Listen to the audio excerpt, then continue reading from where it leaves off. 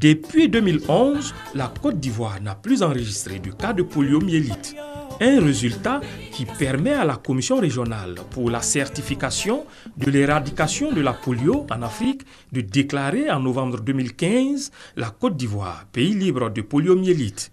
Fort de ce constat, une cérémonie de destruction des échantillons des poliovirus sauvages de plusieurs pays de la sous-région stockés au Centre des ressources biologiques de l'Institut Pasteur de Côte d'Ivoire a eu lieu. On a mis les poliovirus à moins 30 degrés.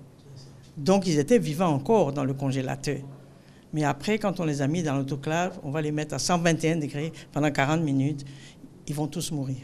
Ouverture du congélateur, vérification des échantillons, transfert de ces échantillons dans l'autoclave et mise en marche de l'autoclave sont les étapes suivies par le ministre de la Santé et de l'Hygiène publique avant la destruction des poliovirus sauvages.